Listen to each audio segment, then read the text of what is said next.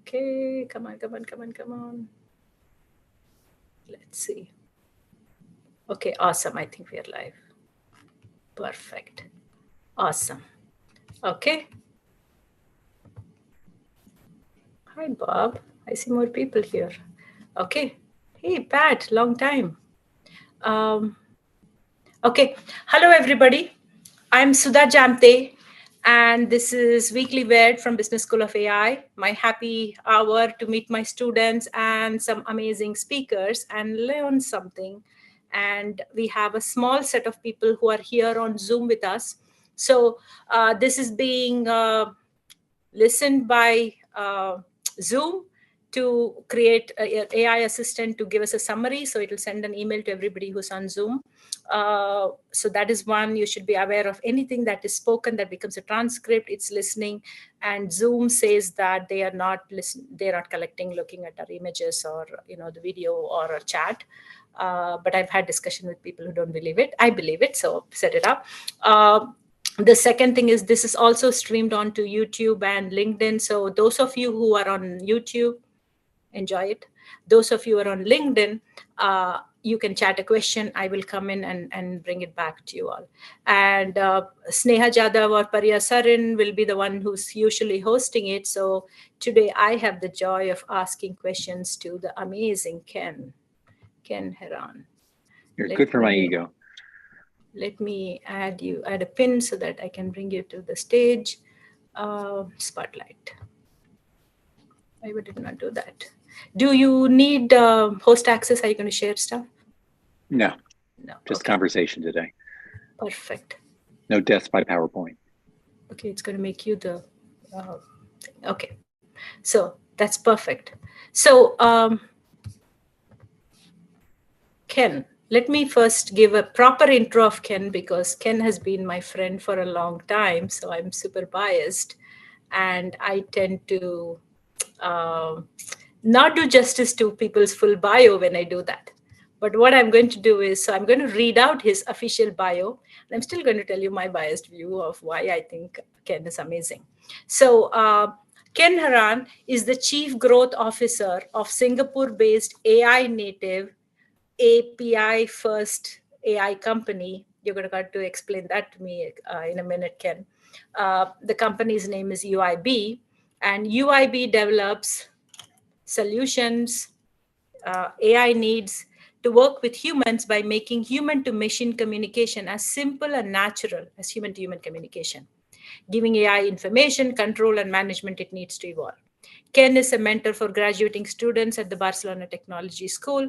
He's also an author and speaker on digital transformation and leveraging new technologies to emotionally connect companies to their customers. Note, guys, we'll have to catch Ken on this, to new technologies to emotionally connect companies to their customers.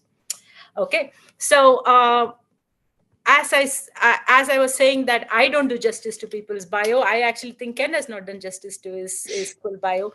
I think Ken is the person who actually introduced me to this concept of social was about Facebook and consumer tech, and how there is like a social interaction between machine and us, and this whole human-centric customer interfaces and the chatbots of the world that has come with generative AI today.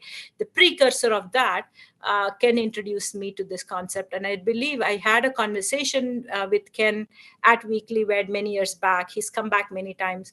Most recently, Ken was here to talk about ChatGPT, and in a very different way, which I found very interesting. So I'm hoping that Ken will, officially find time to do a real course with us. So what we are going to do today, first, I want to thank Pariya, because without Pariya, we will not be here on Zoom or live stream or anything else. So thank you, Pariya. Pariya Sarin, for doing this, to bringing us together and organizing Weekly Wed. So Ken, you're going to talk to us about how to actually build chatbots, right, for real business, intelligent chatbots. And UIB has been doing this for years, where you basically said, okay, give the customer the channel they want to talk to and integrate everything, starting as a messaging platform, adding AI to it, and you've evolved into where you are as a market leader today. But take me a step back, right? Because there are people out there who are still playing with generative AI. And like we are doing summarization with Zoom here, we are looking at, okay, machine learning was all about data and AI was trained on the data. So it gleaned intelligence from there. And generative AI seemed to be generating, which means it is creating stuff. So the chatbot seems like something that you just do for customer service. Most people think that, right? And is there real money in it? What are the customer use cases? So let us, help us understand the market, because you are helping real customers make real money and solve real business problem. And then you want to talk to us about how to do that right. So paint us the picture of what is out there. All right, let me back up a half a step. Why do people use conversation? We tend to use conversation because it's easier for people. It's easier for us to talk. It's easier for us to type. And I'll use them interchangeably, because sometimes if I'm in a TSA security line, it's much easier for me to tap out a message. That's easiest for me as the user. There are other times if I'm alone in my office, it's maybe easier for me to use voice. So it's that ability to use the mode of conversation that works best for me in the moment. What are the use cases we're seeing? Why do people even start? And you can call it conversational AI, conversational IoT, generative AI. All of these can form a modern conversational solution. They do this to save money, to reduce costs, decrease cost. Absolutely, that is a massive, massive driver. Often that is done by reducing the amount of people that are needed. We also see people do this to increase revenue. This isn't just a cost reduction strategy. It's not just a set of technologies that take money out of processes, but it actually enables companies to scale and to not just be more profitable, but to actually bring in more top line revenue, to close sales faster. And the third one, and usually when this works best, is when people are able to really focus on the user, whether the user is a customer, an internal employer, or some other stakeholder, and really be able to create a superior experience. So the chatbots that we see that are most successful, they are always focused on the user. How do I make this a better experience? And when you have a better experience, you're then achieving the goals of decreasing costs and increasing revenue. So they're really all very tightly related. So are companies actually at that level of maturity where they understand this? Are they just saying, okay, marketing is interacting with customers, so there are all these chatbots for lead gen on websites, the pre-generative AI, the NLP, right? It was that. Or customer service is a given, and you can reduce call center costs. So, you move that to NLP was already happening, right? Intent-based chatbots were doing that. So is that where the market is, or is there a bigger awareness that we have to actually bring the customer to the center of the conversation?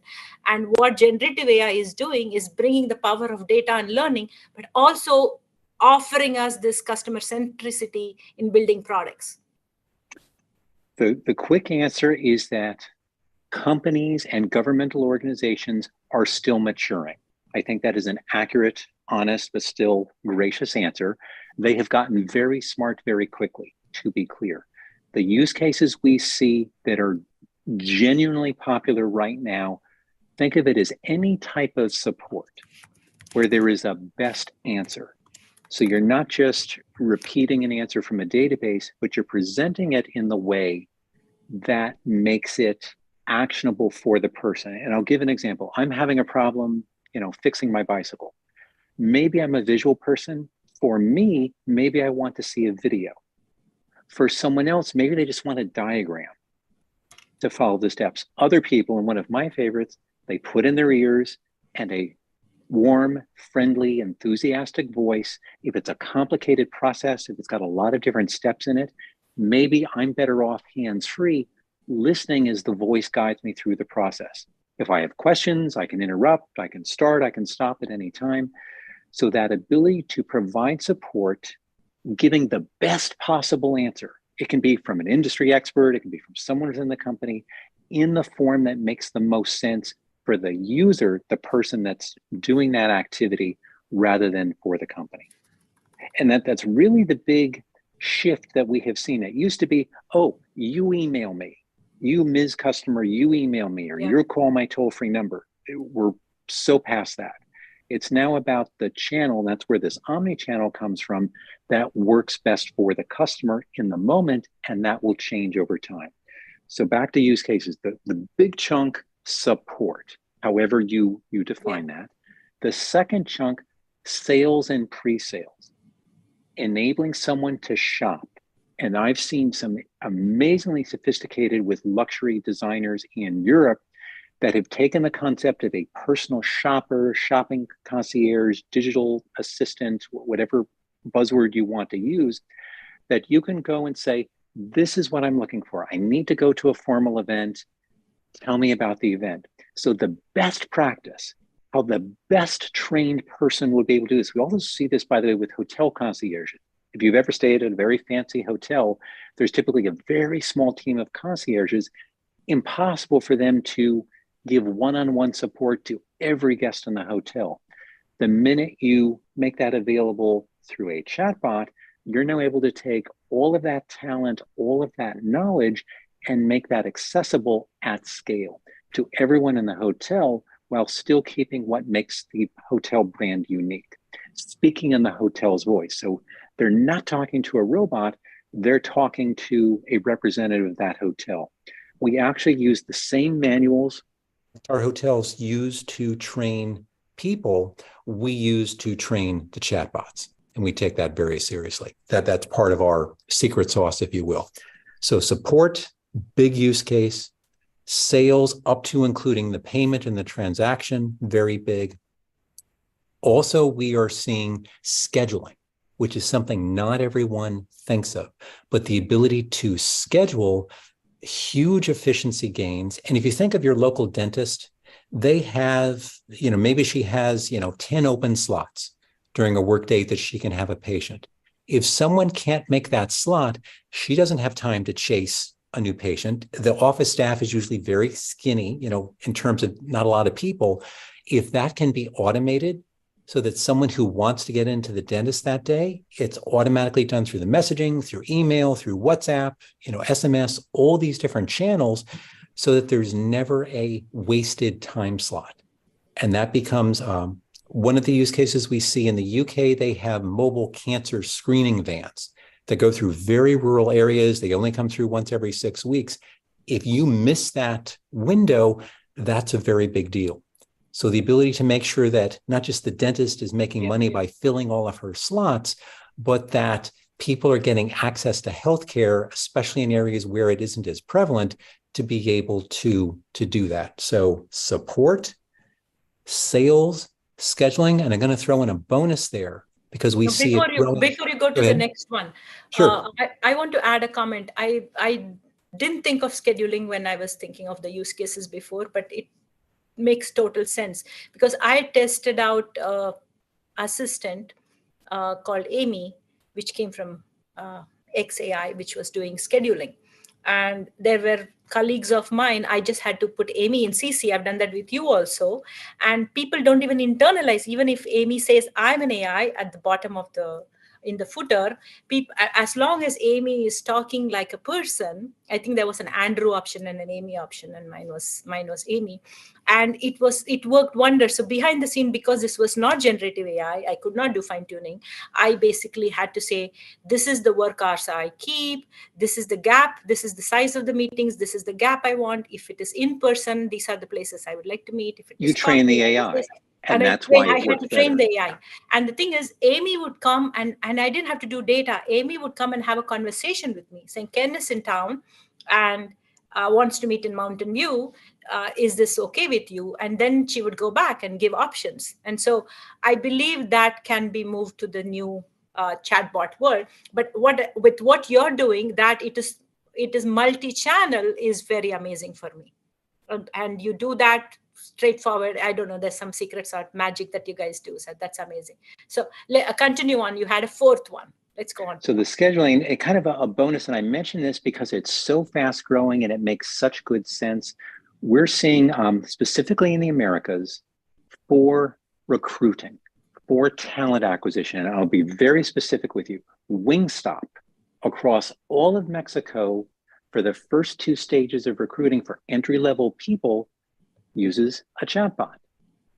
The special magic there is that it's speaking the local dialect, because those of us who don't live in Mexico tend to think of it as a little more homogeneous. It can be very specific based on the region. So you're able to speak to people in their local language, dialect, accent. One of the examples I use, when I went to school, they taught us proper German. The first time I went to Germany, nobody spoke proper German because, jokes aside, you are in Munich, you speak Bavarian. You are in Stuttgart, you speak Swabian. You don't speak in everyday life proper German. So that ability to speak to people in the language that they're most comfortable with and understand it when they're using a local dialect. Also, most jobs, and I think this is really the secret behind it, if there's this, black box of why recruiting is so incredibly powerful. Most recruiting AI is about evaluating the person. Yeah. It's about that they're the target, they're to be pulled apart, and most AI is just looking for a reason to throw them away rather than work with them. With chatbot-based recruiting, the person takes the lead. I can work these hours, or I'm a student. I use public transportation, that I can put, I am here, show me, and think of the customer's Wingstop, fried chicken chain, that they can put in, I live here, this is my schedule, what's the closest Wingstop? Maybe not in terms of miles, but is easiest. I don't need a bus transfer. I can take one bus to get to work, and it gives the bus time the ability to connect the location with public transportation is a game changer. Because most people for entry-level jobs, when they did the research, they found out that the reason why people didn't show up for work or didn't report or were late was transportation issues.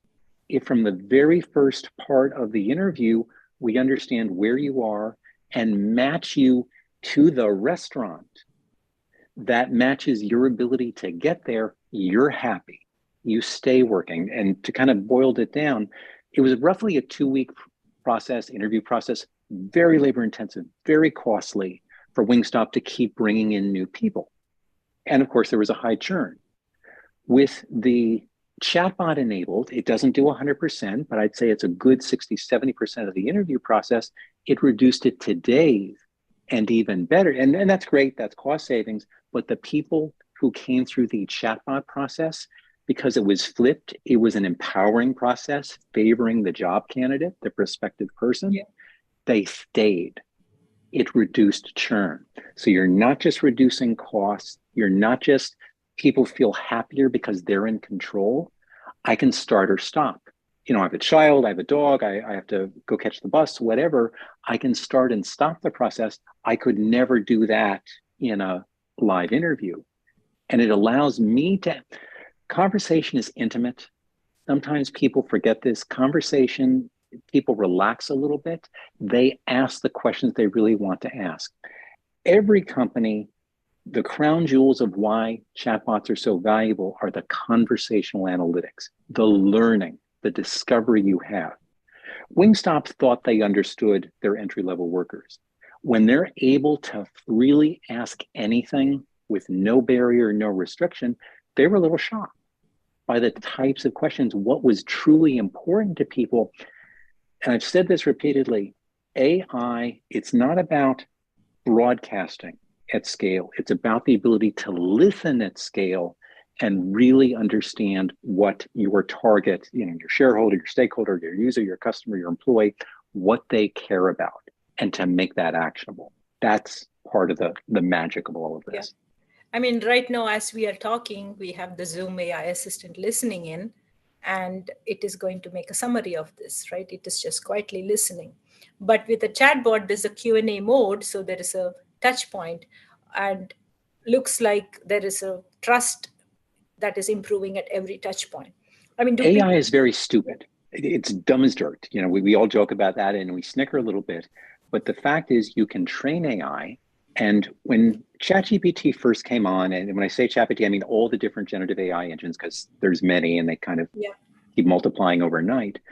Everyone thought, right or wrong, oh, we no longer need to train AI. We're just going to use ChatGPT and it's going to be magical. So it'll save all this money because that's the cost when you create a chatbot. And they learned, I want to say within minutes, because we had customers who literally flipped the switch. And before we hung up the phone, they're like, no, no, no, no, no, no, no. Because if you're a company, if you're a government agency, ministry, or department, there's a correct answer. There's a proper answer. If I'm selling $10,000 French handbags, there's an answer I want to give. ChatGPT, even when it works, it's going to give an answer that may not be what the marketing person, the legal person, the CEO once said about a brand or about a business. So we see overwhelmingly people start with conversational AI, legacy, old school, let's train the AI on the answers we want it to give. When the AI has not been trained for an answer, that's where generative AI comes in and performs very, very well. In most cases, it also allows the company to look at the questions that it could not answer and say, ooh, which one of those do we want to add? Which one of those do we want to improve upon? And when ChatGPT hallucinates, makes things up, just doesn't make the customer happy, then you can go to a live agent handover and bring the person into it. So ChatGPT can be miraculous. And I've got some specific examples of where it really, really works brilliantly, but it's not a substitute for conversational AI in the vast majority of use cases. Because as you said, people aren't doing chatbots for fun, for novelty, because they have extra budget. They're doing them for a very specific business purpose. I need to save money, make money, or differentiate my company by offering a far superior user experience. So I remember a couple years back, before the generative AI thing came about, I think 2 years back at Google I/O, I remember the CEO of Google was doing this. The AI can make a call to a restaurant, talk to a person, and book space, right? And it did the thing like a human, and the person on the other side did not know that they were talking to an AI. So do you see that we have come very far, or do you think the AI still tries to emulate us, or is it us who have adapted to the AI? Let me first give you my very visceral response, because I saw that demo live and I thought, no, no, no. You're breaking every rule of AI ethics. You always disclose. You proactively self-identify. I'm a robot. Need to, especially as the ability for us to know when it's a real person and when it's not a real person is getting blurrier and blurrier. But that is also a regulation issue that is going on between Europe and US. In a lot of countries, it's now a requirement to self-identify. Yes. Yeah, I saw it in Germany. I saw it in Italy. Yes. They were saying, oh, we could use facial recognition. They were using all kinds of AI, but they were saying it, right? And they were giving us the want to disclose. You actually have a better, how do we say this nicely? AI is not yet like science fiction. It's not yet 100% for everyone, especially people of different underrepresented groups. There's some real issues there. So part of the success, and which is kind of, how do you launch a chatbot that people want to use? Part of the success is setting realistic expectations. I can't set realistic expectations if I don't tell you you're talking to AI. But if I tell you that up front, you're like, oh, okay. And I can either opt in to continue the conversation. Nope, give me a live human. Thank you. I'll take my chances with whatever agent's available. Give people that power. And then you set an expectation. Okay, this is AI. It may not be perfect, but let's see how it goes. And we find that people are so much more satisfied with the chatbot when they know it is a chatbot. And that seems like common sense. You're like, well, yeah, of course, people are going to be happier because they know it's not perfect. They know it can do some things, but maybe not do some other things. As I said, companies and governments are maturing in their use of this. And that's just from doing it, that they have learned, to their credit, the ones who were willing to do something new have paid close attention, and it's just become better and better and better. And they've gone through multiple generations of improvement in just very, very rapid time. So I want to see whether at least the students who are here on Zoom, whether they have questions. And I'm going to find the LinkedIn live stream to see whether there's any questions coming from there. Does anybody have a question? Do you want to ask anything, or we can continue on? I have tons of questions. I just wanted to ask, what are the 4 use cases that you were mentioning? One is the recruiting, another is the online booking. What are the other 2, if you remember, if you can share? The hotel use case, right? The one was the hotel use. Hotels are fun. If I may, remember up front, I mentioned there's conversational AI and conversational IoT. The difference being is that one is a chatbot and the other is talking to physical devices, the physical things in the hotel room. Hotels are wonderful in that I can book my room. When I get the confirmation, I can opt into the AI that, yeah, great, happy to do this, to have the back and forth. I can use a digital concierge that is an AI. Hey, I'd like concert tickets. I'd like to book a restaurant, do all of that. So all of that can be done. The concierge, as a real concierge would do, are you traveling by yourself? Are you traveling to your family, for work, for business? What do you like to do? So all of that interviewing, the chatbot, the AI can do up front. So it can say, okay, let me think for a minute, and then come back very quickly and say, well, you might enjoy these theater tickets. You might want to play golf. There's an opening, at the restaurant tonight. The chef's doing this with fish. It's fantastic. That little bit of teaching can really come up with a fantastic result. And the conversational IoT part of it, and real world example, you arrive in Singapore, you're totally jet lagged. The room is absolutely freezing. You're thinking, okay, they would keep meat in this. It is so cold. I look at I don't know where the thermostat is, dumb American. Where is it? It's in Celsius instead of Fahrenheit. Okay, dumb American number 2. Can't operate it for beans. How much easier it is, whether I use Siri or Bixby or something else, I can just say, I'm freezing. Make it warmer. It knows what that means. It's connected, don't even need a mobile app. It's connected to the thermostat of the room, and it turns up the temperature 2 degrees. The fact that I can do that at 2 a.m. with my eyes closed, without finding a light, without finding my glasses, without even touching my phone, to me, that is miraculous. I can control the thermostat, the lights, the curtains, the shades, every connected device, including the do not disturb and the makeup room. How many times have I left a hotel room in the morning, focused on what I'm doing, presenting, speaking, doing whatever, charge out of the room. I forgot to take off the do not disturb and put on. I can now do that via voice. I can now do that through a message very easily. And it gives me all of these superpowers to be able to control everything in the hotel room to the way I want it, in my preferred language, on my preferred channel. Did that address your question? Yeah, that makes total sense, actually. Yeah. It's a really cool environment. During the staycation period of COVID in Singapore, a lot of the hotels were not getting international visitors, so they wanted to market to locals. They did food weekends where people would come and just really, really enjoy the food with their families. And people would be getting all of these wonderfully detailed things. Here's where we got the fish this morning. Here's live video of the chef at the fish market. This is how he's going to prepare it. That you had this wonderful storytelling, that it was less about the technology and more about just really great experiential marketing. That people were staying at the hotel because they wanted to get away from it all, escape COVID, if you will, really enjoy the food offer from the hotel. And a lot of the hotels just really went into it with both feet and found out this is fantastic stuff. That even though it was meant to communicate directly with the guests were taking this and posting it to Instagram and everywhere else saying, hey, look what I'm doing this weekend. And it really worked out well for the hotels and the guests loved it.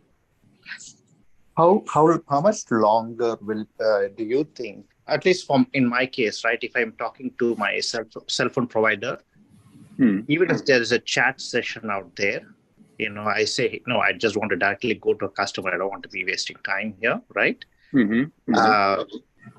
maybe I've asked a couple of people and they feel the same way, but I think there is a little bit of the push that needs to happen to cross a barrier. Do you see it happening already, or do you see it happening maybe it'll take 1 to 2 years, or it's going to take a little longer? I see it happening today.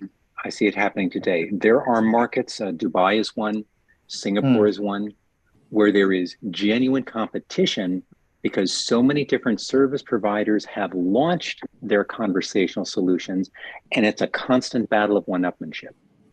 Remember when Amazon first launched long ago, and that made other websites better because Amazon set a standard, and that now became the default that you have to be at least as good as this website? Right. We're seeing the same thing with chatbots, that when there's a really great, and it's not about money. I want to be clear, this is not about spending more money. This is about listening to the users better, paying attention better. No chatbot is a set it and forget it. Kind of a guaranteed failure is, okay, we've programmed it, we've trained the AI, here it is, it's done, now we're going to go on to our next project. That's almost a guaranteed fail. They're living, breathing, active things that you use them and they're constantly evolving, constantly learning. That's when you know it's got staying power.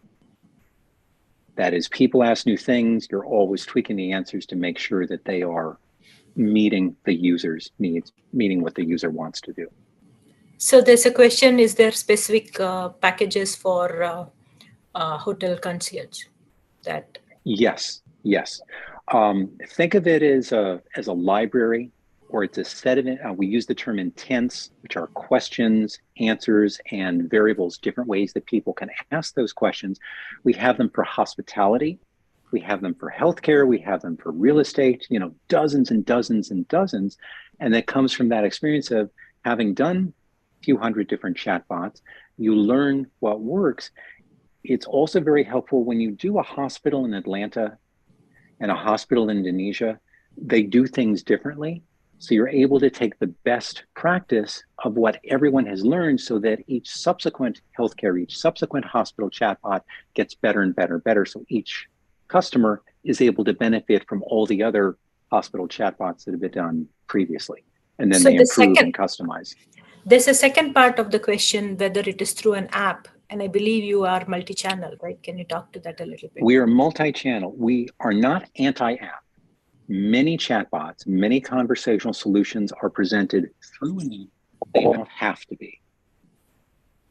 So the hotel concierge service, if somebody is building out, suppose a hotel wants to work with you and builds out a concierge as a chat, on their end, on the management side, they would have some kind of interface, but then the customer could be chatting with WeChat or not. As you said, it could be WeChat, it could be WhatsApp, it could be text message. That's the interface. There doesn't need to be a website. There doesn't need to be a mobile app. Most hotels have those existing assets. So we take that same conversation that if you are a mobile app person with that hotel and you're already on the app, you can have that conversation in the mobile app. If you're someone my mom's age maybe, and you're more comfortable with a website, you can have that full conversation right there on your old computer, on the hotel's website.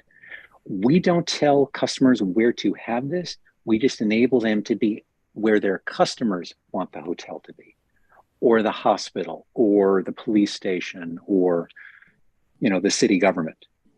So you said that the use cases are support, marketing.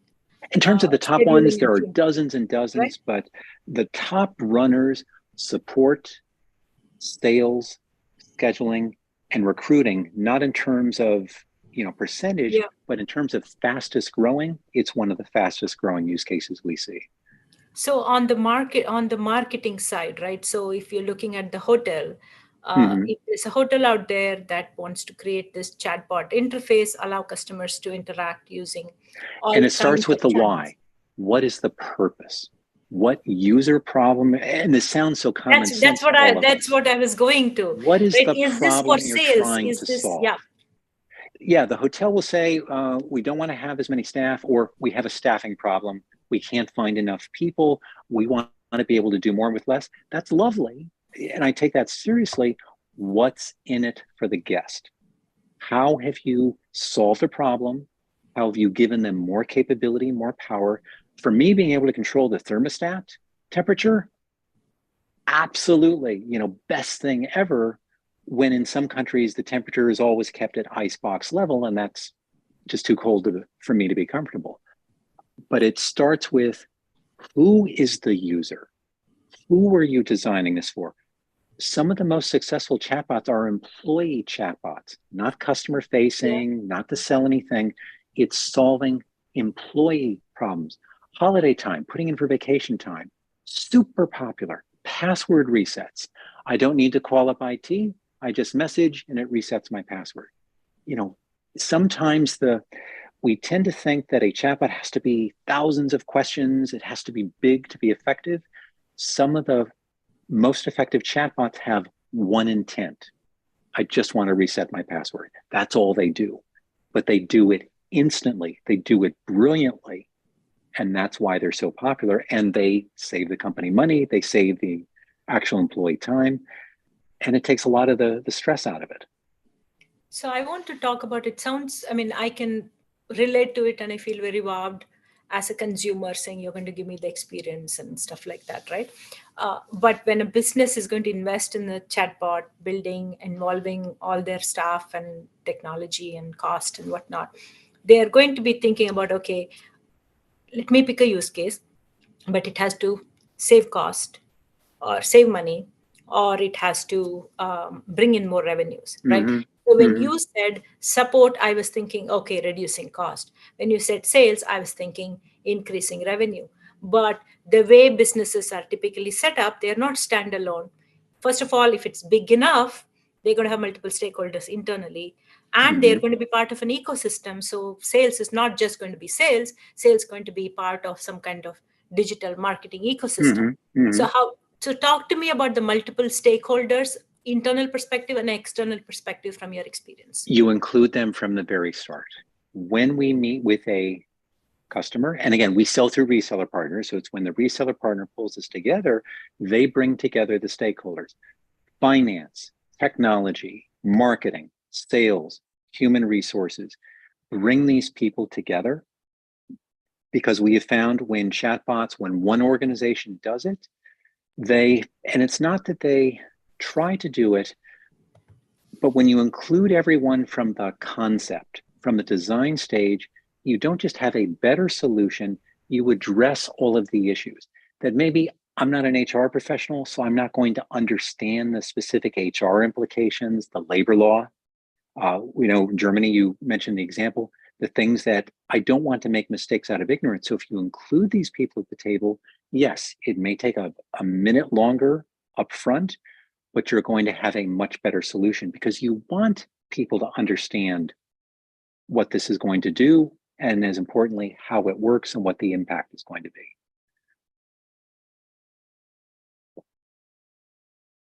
You can say it's simple consensus and alignment. Any good technology deployment, you want to make sure everyone is aligned, understands what's going to happen and why, so they will support it. I worked for large US companies for a long time. The term grinning was used very frequently, where people will nod and smile in meetings, but they're just not going to change the way they do things. I just noticed there's a bunch of questions from Bob. Too many questions, there isn't something. Never enough questions. So and I will make the commitment, anyone who has asked a question, I will work with Sudha, we'll get the answer, and she can share those out with everyone. I want everyone to feel heard and know that we will answer your questions. That's awesome. So Bob is basically saying, what about using avatars or digital human, visual versus voice? Where do you use? Please give examples. Great example for you. We tend to call them digital avatars. Other people call them synthetic media. It's basically giving a person, virtual person, fake person, artificial person. And we find that anytime it is an emotional situation, that works very, very well. And that can be positive or negative. An insurance company. I just wrecked my brand new Ferrari. I'm not in a good state of mind, but the insurance company needs to get information from me to process my claim. I can go through a chatbot. I'm probably just going to say, okay, enough. I'm not ready to deal with this. If they can give me a photorealistic virtual person that is keyed, race, ethnicity, gender, age, all the other things that can show empathy. And I know that sounds odd when we're talking about a virtual person, a digital avatar, but when it is designed to show empathy, it gets better responses, faster responses, and more accurate responses in less time. So we see a lot of increased use in healthcare. We're working with a client now that is using multiple digital avatars for different types of at-home healthcare test kits. Again, it's an emotional situation. Someone is not typically using a test kit necessarily for happy reasons. So the ability to show empathy, literally show empathy, to explain things in a way that people can understand visually, we're seeing a dramatic increase in the number of the use of avatars. Thank you for that, Bob. I want to go back to the promise that Ken made about how not to launch. So when we got started on this topic, Ken has been in this world of chatbots and multi-channel chatbots of sorts, right? Conversational AI for more than a decade, I would say. 9 years now. Right? So you were talking about how not to launch it, how to do this right. And I was saying, hold on, tell us about what's out there and the use cases. So you've done that beautifully. So if people have any follow-ups, that's awesome. You can come back here. And this recording is on our YouTube, and you can come watch it. And you can also, get this embedded in our newsletter. So, you'll have ways to communicate back with us. So no worries. And we'll make sure that, if those of you are watching on LinkedIn, if you ask a question, then, we'll make sure that Ken comes and gets his answer. He's promised that. Now, I want to get back to this topic that Ken thought was important, and I have not got that experience of humongous successful chatbots that are being launched at scale.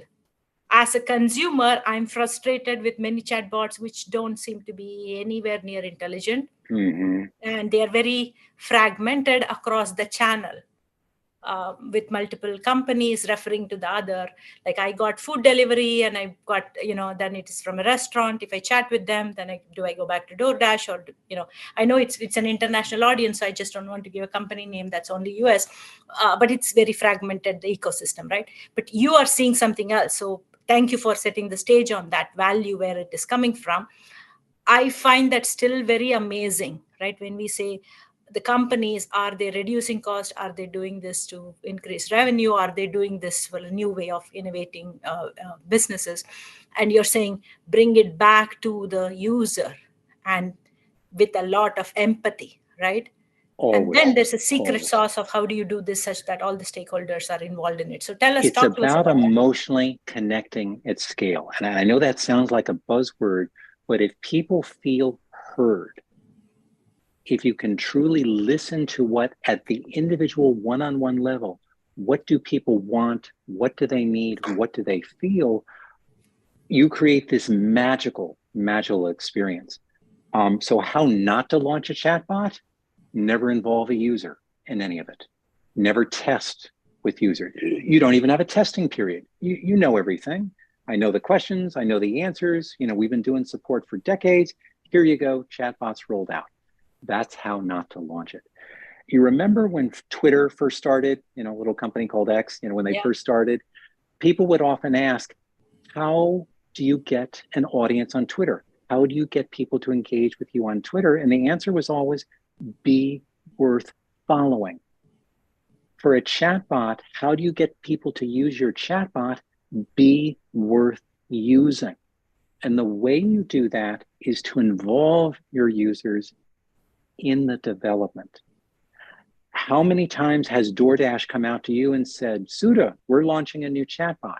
We'd love to have you as a tester. My guess is never. Nope. But so many companies, they're on a rush schedule, they're trying to cut costs. they think they know everything because they've been doing this business for years and years. Chatbots are a little different. And I looked at the example of Walmart. Now, big company, lots of resources, very sophisticated IT department.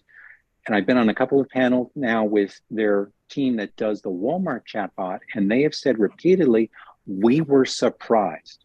We learned things we did not know. To their credit, and again, $1 million budget, multi-million-dollar budget in terms of customer intelligence and competitive intelligence, all the rest, they learned things they did not know. To their credit, they listened and they evolved their chatbot. So the big thing is involve your users. Again, you can't literally involve everyone, but come up with a segment, include them in the process. If a user says, I don't want this doesn't add any value to me, this is stupid, understand that. That's key. Because if that person says, this is stupid, I'm not going to use this, why do you think when you roll this out, people aren't going to share that?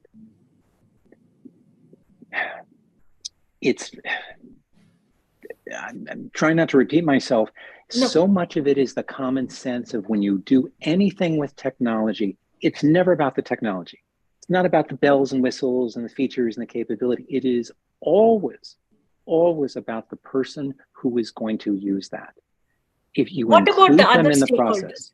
What about the other stakeholders? I mean, to say that if DoorDash is doing this, I heard that Walmart had come up with a chatbot, an assistant, an AI assistant internally, right, for everybody inside the company. So there is that is happening, right, for the internal stakeholders inside the company to chat and query their databases, but not think of it as data, but have a conversation, right? A bunch of that is happening. So it's one thing to say the end consumer and test with them, right? And I'm very specific. It's not about the end consumer. It's about the user. We see a lot of chatbots that are internal use only. There are still users. They may not be a customer. They may not be an end consumer. Whoever is going to use the technology needs to be involved in the concept, the planning, the design, and especially the testing. That the successful chatbots we see have a very rigorous testing period where everyone jokingly, we're all going to try to break it. You want the crankiest people, the most difficult people, because it's through that you learn how to make something that people want to use and want to come back and use. And so often it's the simple things. What is the personality? What is the persona of the chatbot? How do we identify with the user? Sometimes it's having a sense of humor, as is culturally appropriate. Other times it's not being so serious. When we do museum chatbots, the most common question is, where are the toilets? Where are the restrooms? By far the top question. So the ability to say, okay, do you have kids? Do you need a diaper changing station? It's understanding that well enough. How urgent is this? Here's the closest one. Even to the point of, again, it's Singapore, there are sensors. They can say, well, here's the closest open toilet for you. The one that is available now, here you go. Here's the map. Just follow the magic blue line and we'll, have your phone out and we'll walk you through it fast as possible. I remember so really, there was a robot that was tested in Amsterdam Schiphol airport, which would say, where's the bathroom, where's the coffee shop? Those are the two things people would ask for. And now it could actually continue their conversation with a little bit more empathy. And so we now have that in Singapore. The Changi Airport uses our technology through our reseller partner in Singapore that we're very proud of. So now, again, it's Singapore, not just can I find a coffee, I can find the brand of coffee I like and get a special coupon for it as well. Again, this is Singapore. They think of everything. So I want to go back to this chatting IoT because I like that. I mean, I have all kinds of devices at home, so I can relate to, a voice activated turning up the heat or talking to Alexa kind of situation, provided that she understands my accent, right? Mm-hmm. But I want to go back to more like, not just home kind of setting IoT. I remember you had something about a Bosch camera that was Yes. watching the airport and could tell me where the lines are longer. Is that still live, or was that a pilot? Yes, we do a lot of integrations with camera and sensor manufacturers. Yep. Because even the world's smartest camera doesn't have messaging built into it. So we provide the messaging so that smart camera, it sees a fight, it sees a disturbance, it sees something that is just a little bit off. It can now message the person who is best able to deal with it. And we're seeing some very sophisticated AI to interpret what is happening, not just send a photo, not just send a video, but say, okay, here's what appears to be happening, and to coordinate with different people across different devices. So is voice being baked into the cameras, or your interface basically gives it an ability to chat with the camera using WhatsApp or WeChat or Facebook? All of the above. Some cameras have the ability in terms of a home camera. You would have the availability to yell at the person trying to break into your house through your phone, and it would come out through a speaker at the camera itself. But that would be based on the hardware of the specific camera. That's amazing. Okay, so I want to again see whether people have any question, because we are kind of at the end of the hour. So you spoke about the multiple different use cases. You told us to, make it real with users, focus on the users, and then get include the users in your process. If you ever are working for a company or an organization that, oh, we've got this great idea, we're going to have a chatbot, feel empowered to pipe up and say, who's going to use this? What is the benefit for them? They don't care that the company saves money. In most cases, they don't care if the company makes more money. What is the benefit to them? And if there is no benefit, bring us in. There's always a benefit to the user. Include them in the process, because you never want to make this investment, no matter how much it costs, and have something that is a dud, that just does not launch because people don't want to use it. Yeah. And you said there is backend analytics. In the previous NLP version, there used to be a very laborious way of saying what are all the intent of the users, and give them multiple pathways to go for the chatbot to engage with them. And then on the back end, it will say, this is what we thought was the intent. This is what the actual user's intent was. Yes. And they have some kind of complex confusion matrix, which was too scary to look at. Right. It's so become now much simpler. What's the data on the back end with this kind of thing? Well, I can give an example. It's always customized to how the business or the government entity wants to use it. So think of it as a difference between a ready-made suit and a custom bespoke suit, that the analytics, the data, the reporting is always done based on how they're going to use it. I think of it in terms of 3 responses. Every morning at 8 a.m., every weekday morning, I can get the analytics, including visualized in the way that I want them. It can be triggered. There's a problem, something's happened, here's what's going on. Or I call it the boss report. I get a message from my boss. Okay, I want to talk to you in 5 minutes. Crap, I don't know what's going on. I then query, and it gives me everything I need to know in the proper format, doing all the arts and visualization for me, so that I look like I'm on top of everything, even though I just did it 30 seconds before I walked into the meeting. That's amazing. Okay, so I want to see whether anybody has any last question. Pat is going to go back to